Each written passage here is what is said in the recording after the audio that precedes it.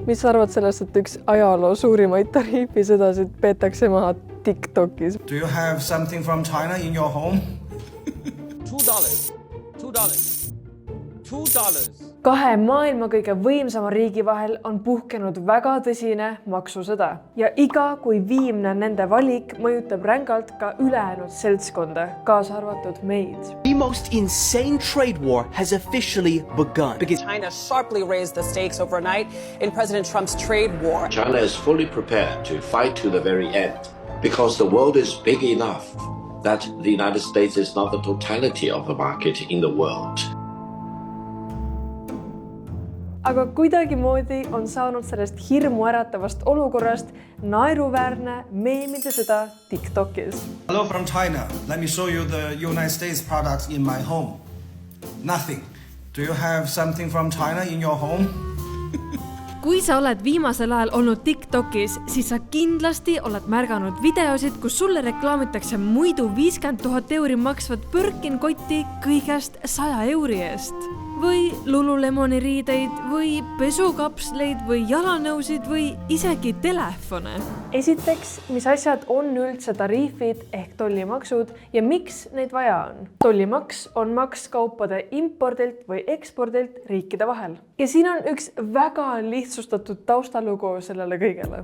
2018 Donald Trump avastas, et talle ei meeldi, kui palju Ameerika sõltub Hiinast. See tähendab, et Ameerika enda tehased ei saa konkureerida Hiina odavate hindadega. Mis siis vaja teha on? Paneme Hiina kraamile maksud peale, et need läheksid maad kallimaks, lootes, et ameeriklased eelistaksid osta sisetoodangut ja see aitaks Ameerika äridel vohada. 2025 avastas Trump, et see taks on ikkagi liiga väike ja viskas veel 10% lisaks.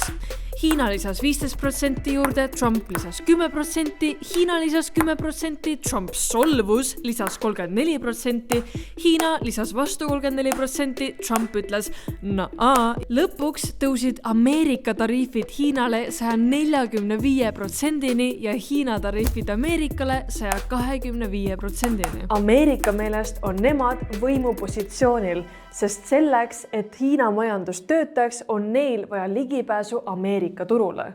Donald Trumpi eesmärk maksude tõstmisega oli see, et Hiina annab järgi ja langetab oma sisseostumaksud madalamale, kui need enne olid. Aga nüüd tuleb välja, et nad kaevasid selle augu iseendale, sest et Hiina chillab. Hiinalt tuleb elektroonika, akud, ehitusmaterjalid ja mineraalid ja kiirmood. Sellest me ei hakka üldse rääkima.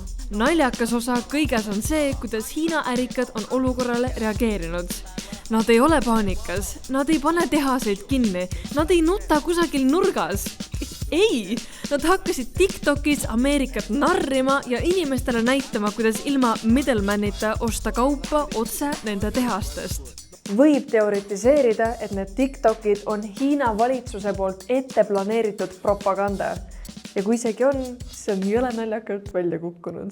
Look, I just saw online there's an OEM factory and the boss said they produce for Lululemon. So you can get a legging from them just for $5. Who are the suppliers behind Salomon, Timberland, New Balance, Adidas, Nike, la la la la. First, the Baocheng factory. Louis Vuitton and Chanel will hate me if I tell you this, revealing the secret behind big brand. Let's go!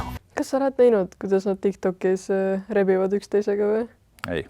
Näiteks nad on hakanud tegema AI videosid sellest, kuidas Ameerika tehastes inimesed töötavad.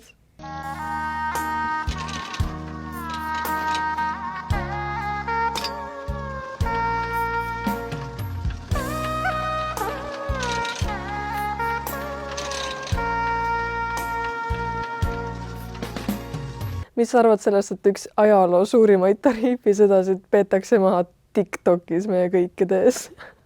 Ma arvan, see on niisugune ajastu märk selle mõttes, et ega see sotsiaalmeedia mängib ju väga suurt rolli ja ütleme, kui vaadata ka seda, et kui kiiresti kõik need asjad sinna juba tekivad, eks ju, et see on ju, ma ei tea, mõned minutid peale Trumpi kõne juba tulevad mingisugused esimesed videod ja sõnumid juba kuskile, eks ju. Ega see olukord on nagu põnev meile, et mis siin toimuma saab ja mingit nagu rapsimist või niisugust ülemõtlemist nagu kindlasti ei tasu ka teha. Kõik see ju tahab ju selginemist saada, mis nüüd USA-s ikkagi paika jääb ja millega siis Euroopa vastab. Meemid meemideks, tegelikult olukord on päris tõsine ja kas see meid ka siis kuidagi mõjutab? Kui Hiina jääb ühest omast suurest turust ilma, aga tehased toodavad asju samamoodi edasi, siis need hinnad peavad ju tõusma lihtsalt kusagil mujal. Kas Eestis läheb ka kalliks? Kas me peame hakkama ka otse tehastest ostma ja kas me üldse saame sealt midagi tellida?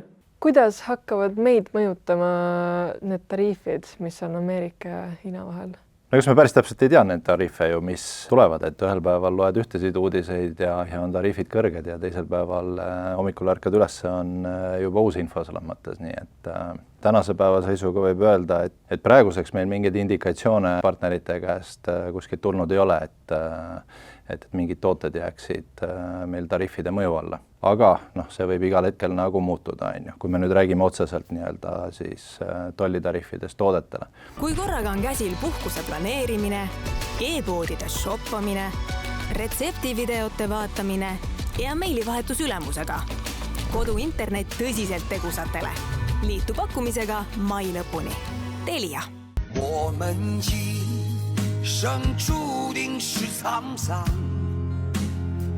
I'm not here to debate tariffs or talk about whether buying dupes are right or wrong. But what I do want to talk about is how this is a really important moment that's going to force some brands to show their hand. The reality is people aren't afraid to spend money, but they are afraid of getting tricked. We're living in an era of thoughtful consumption, and most people want to buy less and buy better. And the question that they're all asking is, what am I really paying for? And right now, some brands don't have a good answer. Põhjuseid, miks nendelt lehtedelt tellida on lõputult. See on odavam, sa keerad suurtele brändidele käru ja TikTok on selle lihtsalt kuidagi nii lõbusaks teinud.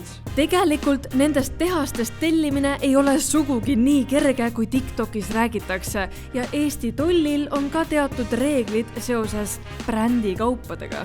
Everyone's favorite cologne.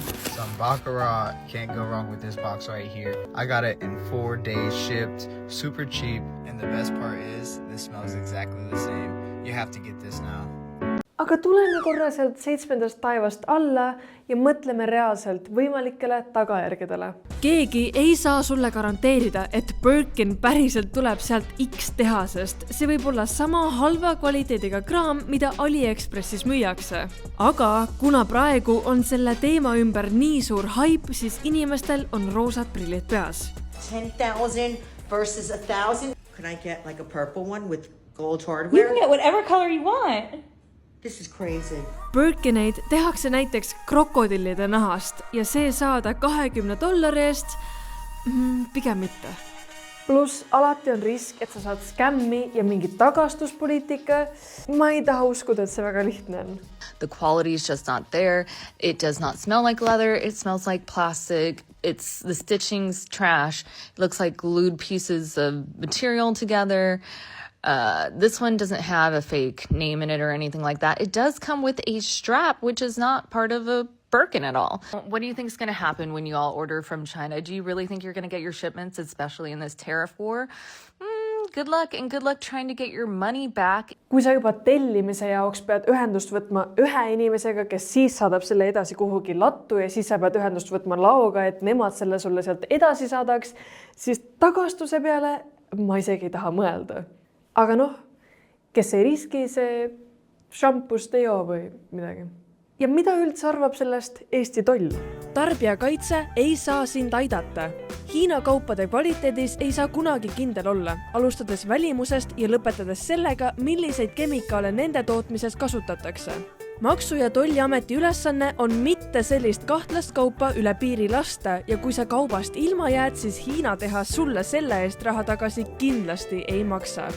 Ka võltsitud brändikaupa ei taha toll näha.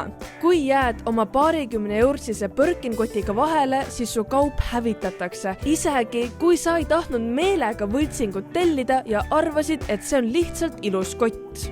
Igatahes meie siin Eestis ei peaks nii väga muretsema ja see ei ole nagu nii hull meile, kui on praegu nagu tundub. ütleme niimoodi, et üle muretseda ei ole põhjust. Need tooted, mida meie pakume ja kust nad nagu tulevad, siis tänases teadmises nad ei tohiks jääda mingite suurte mõjude alla. Aga pikemas perspektiivis ma arvan kindlasti see mõju läbi tarneahela saab hindadel olema. Milline ja kui suur seda on võimatu nagu ennustada, nii et eks seda näitab meil aega ainult. Et täna tulge, ostke Telia poest oma asjad, mis teil vaja on ja saate hea pakkumise ja kõik on hästi. Aga mis teie arvate? Kas teil on ka veidi koomiline vaadata, kuidas üks ajaloos suurimaid tariifisõdasid peetakse maha meie kõikides TikTokis? Ja kas te kaalute ka Hiina tehastest otse tellimist? Jätke oma mõtted kommentaaridesse.